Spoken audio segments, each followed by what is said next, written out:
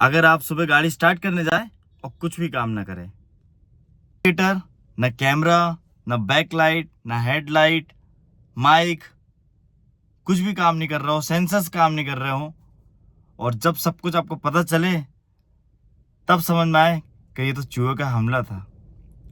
तो ऐसी गलती आपसे ना हो, इसके लिए मैं ये वीडियो लाया हूँ। आप लोग को जागरूक करने के लिए मैं बताना चाह रहा हूँ कि ऐसी गलती ना हो। इसके लिए तो आप लोगों को करना क्या है, मैंने क्या किया, ये आप पूरा मेरे वीडियो देखिए, फिर आपको समझ में आएगा मैंने क्या किया। और आप लोग और क्या कर सकते हैं ये मैं बताऊंगा। तो हाल फिलहाल में जब मेरी वायरिंग कट गई पूरी सब जगह की, तो फिर मैंने मैकेनिक ढूंढे, बात करी, शोरूम में फ़ोन लगाया, कोटेशन लिया, चार्ज कितना आएगा। तो जितना मेरा गाड़ी में काम था उसके हिसाब से शोरूम वालों ने बोला कि भैया पीछे का नीचे का पूरा जो रहता है वो पूरा खुलेगा, सब वायरिंग चेक होगी, और आपका जो नॉर्मल चार्जेस है वो 3.5 प्लस जीएसटी रहेगा ही रहेगा।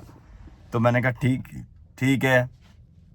जब मैंने मैकेनिक को दिखाया तो मैकेनिक का रेट कुछ अलग था, कहीं का अलग था, और जिस मैकेनिक से मैंने काम कराया उसका रेट आपको लास्ट में मिल जाएगा, मैंने दिया हुआ है। आप शॉक्ड हो जाएंगे कि इतना कम रेट कैसे आ सकता है, इतना ही बोल सकता हूँ मैं।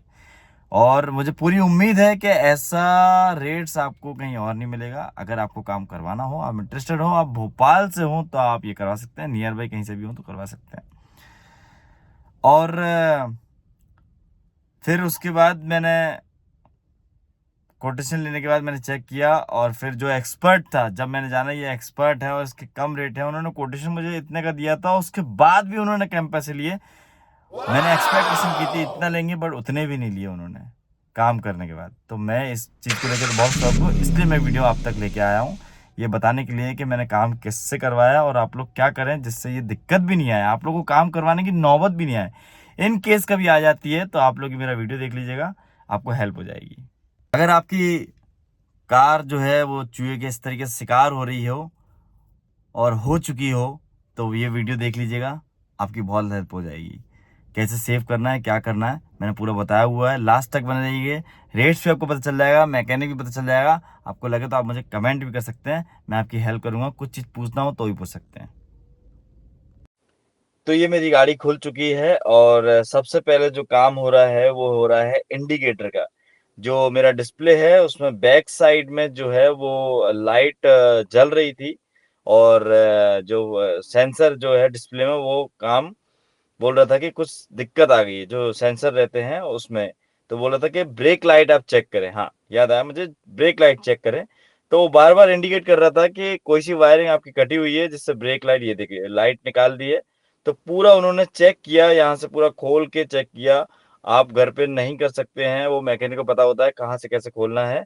तो आप लोग उन्हीं को दिखाएं। ये देखिए आप चेक करते हुए वो सारी वायरिंग जितनी है पूरी उन्होंने चेक करी। चेक करते हुए फिर ये फाइंड किया, ये देखिए आप देख सकते हैं वायरिंग कटी हुई है। वो चूहा कहाँ से घुसा, कैसे घुसा, ये भी मैं आपको बताऊंगा। तो मैंने अभी रिसेंटली उस होल को भी बंद किया है। तो इस वायरिंग को उन्होंने पहले जो जो पार्ट्स थे नंबर वाइज नंबर चेक करते गए, उसके बाद फिर उसको रिजॉल्व करते गए। ये ब्रेक लाइट जो रहती है पीछे की, इंडिकेटर लाइट और टेल लाइट, दोनों की वायरिंग यहाँ से जाती है। तो ये उसने कट कर दी थी। फिर उन्होंने चेक करने के बाद इसको रिपेयर किया। रिपेयर करने के बाद उसको अच्छे से पूरा टेपिंग करी। टेपिंग करने के बाद रिशेड्यूल किया, और उसके बाद वो इंडिकेटर चलने लगा प्रॉपर। फिर बात आई कैमरे की। तो ये कैमरे के पीछे डैशबोर्ड का जो पीछे डिस्प्ले पे जो कैमरा रहता है, बैक कैमरा, उसकी वायरिंग मैंने चेक करी, चेक करवाई। तो ये देखो उसका भी उसने वो जो कनेक्टर रहता है उसको काट दिया था। तो ये आप देख सकते हैं। मैं अभी आपको कैमरा पूरा दिखाऊंगा, और ये कैमरा वो निकालने की कोशिश कर रहे हैं। और ये जो पीछे का जो नंबर प्लेट रहती है ना, इसके पीछे एक फॉर्म रहता है। उन्होंने मुझे बताया कि इसके ऊपर भैया पीछे थर्माकोल है, इसके वजह से ये हार्ड लगता है। अगर मेरे को पूरा निकालना होगा तो ये पूरा थर्माकोल वगैरह सब कुछ निकालना होगा, तब जाके निकलेगा। तो उन्होंने कैसे कैसे करके वायरिंग को निकाला, और कैसे उसको इंसर्ट किया है वो भी मैं आगे दिखाऊंगा। तो ये वायरिंग आप देख सकते हो, ये पूरी जो है ना, ये कनेक्टर जो लगा हुआ था, ये देखो ये पूरा तार कटा हुआ है। इसको उसने पूरा काट दिया था यहाँ से, उसके अंदर घुस गया था वो। अंदर घुसने के बाद मैंने फ़िनाइल की गोली भी रखी हुई थी, तम्बाकू भी रखी हुई थी, कुछ भी काम नहीं आता है, ये बात याद रखिएगा, कुछ भी काम नहीं आता है, चीज़ों को कोई फ़र्क नहीं पड़ता है।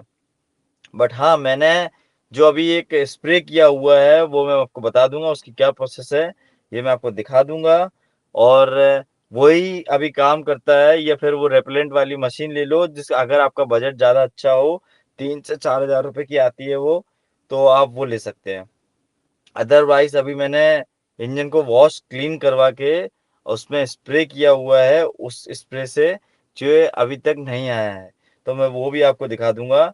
ये जितना भी जो बॉडी पार्ट रहता है इसका वो चूहे अगर घुस जाता है बॉडी के अंदर, तो वो कहीं भी ट्रैवल कर लेता है। आप सोच नहीं सकते ऐसी जगह ट्रैवल कर लेता है और वायरिंग कट कर देता है।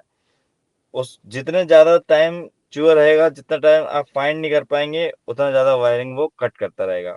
और वायरिंग का खर्चा बहुत ज़्यादा होता है क्योंकि पूरी बॉडी खुलती है तब जाके इंश्योरेंस भी है मेरा, ऐसा नहीं इंश्योरेंस नहीं है, इंश्योरेंस भी है।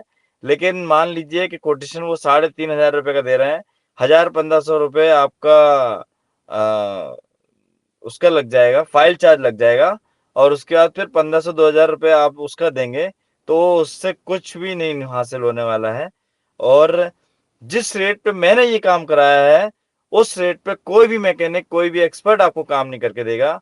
ये मैं आपको दावे के साथ कह सकता हूँ, क्योंकि मैंने बहुत सारी चेक चेक करवाया और सबके रेट्स अलग थे और मुझे उम्मीद नहीं थी कि भैया इतना कम रेट बोलेंगे, क्योंकि उन्होंने भी मुझे कोटेशन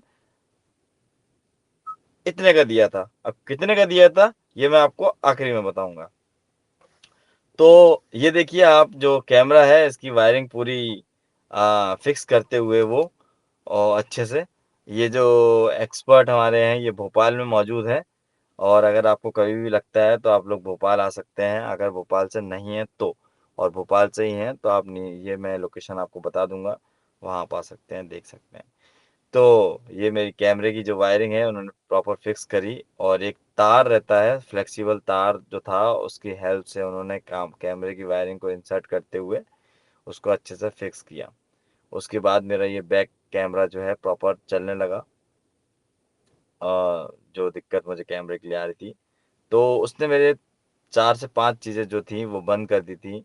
ये जो ऊपर की हेड लाइट रहती है, जो सीलिंग पे होती है, ये बंद कर दी थी उसने। माइक बंद कर दिया था और कैमरा बंद कर दिया था। पीछे का जो बैक लाइट है और इंडिकेटर था वो बंद कर दिया था। तो ये सब चीज़ें जो थी उसने हमारी कै गाड़ी में कट कर दी थी। ये देखो भैया कैमरा रिपेयर कर रहे हैं और उन्होंने सीधा कर दिया, कैमरा आ गया डिस्प्ले। इसके पहले एक ग्रीन कलर का पॉपअप आ रहा था और उसमें लिखा हुआ था चेक योर कैमरा वायर। तो कनेक्शन लिख के आ रहा था, तो उन्होंने वो चीज़ को रिज़ॉल्व किया और रीफ़िक्स करके प्रॉपर तरीके से उन्होंने अच्छे तरीके से कर दिया।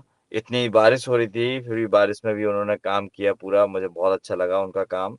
और उन्होंने कहा था कि बारिश बंद होगी तब आप आना, लेकिन मैंने फिर भी करवाया, उनके पास पहुँच गया और बारिश चालू हो गई थी, फिर भी उन्होंने छाते की हेल्प से ये किया। अब लास्ट मोमेंट था, मेरा माइक जो था वो नहीं चल रहा था, तो आप ये देख सकते हैं उन्होंने साइड का जो ये पार्ट रहता है उसके अंदर भी वो ट्रैवल कर गया और उसके अंदर ट्रैवल करने के बाद ये देख सकते हो आप, वायरिंग कटी हुई दिखा रहा हूँ मैं।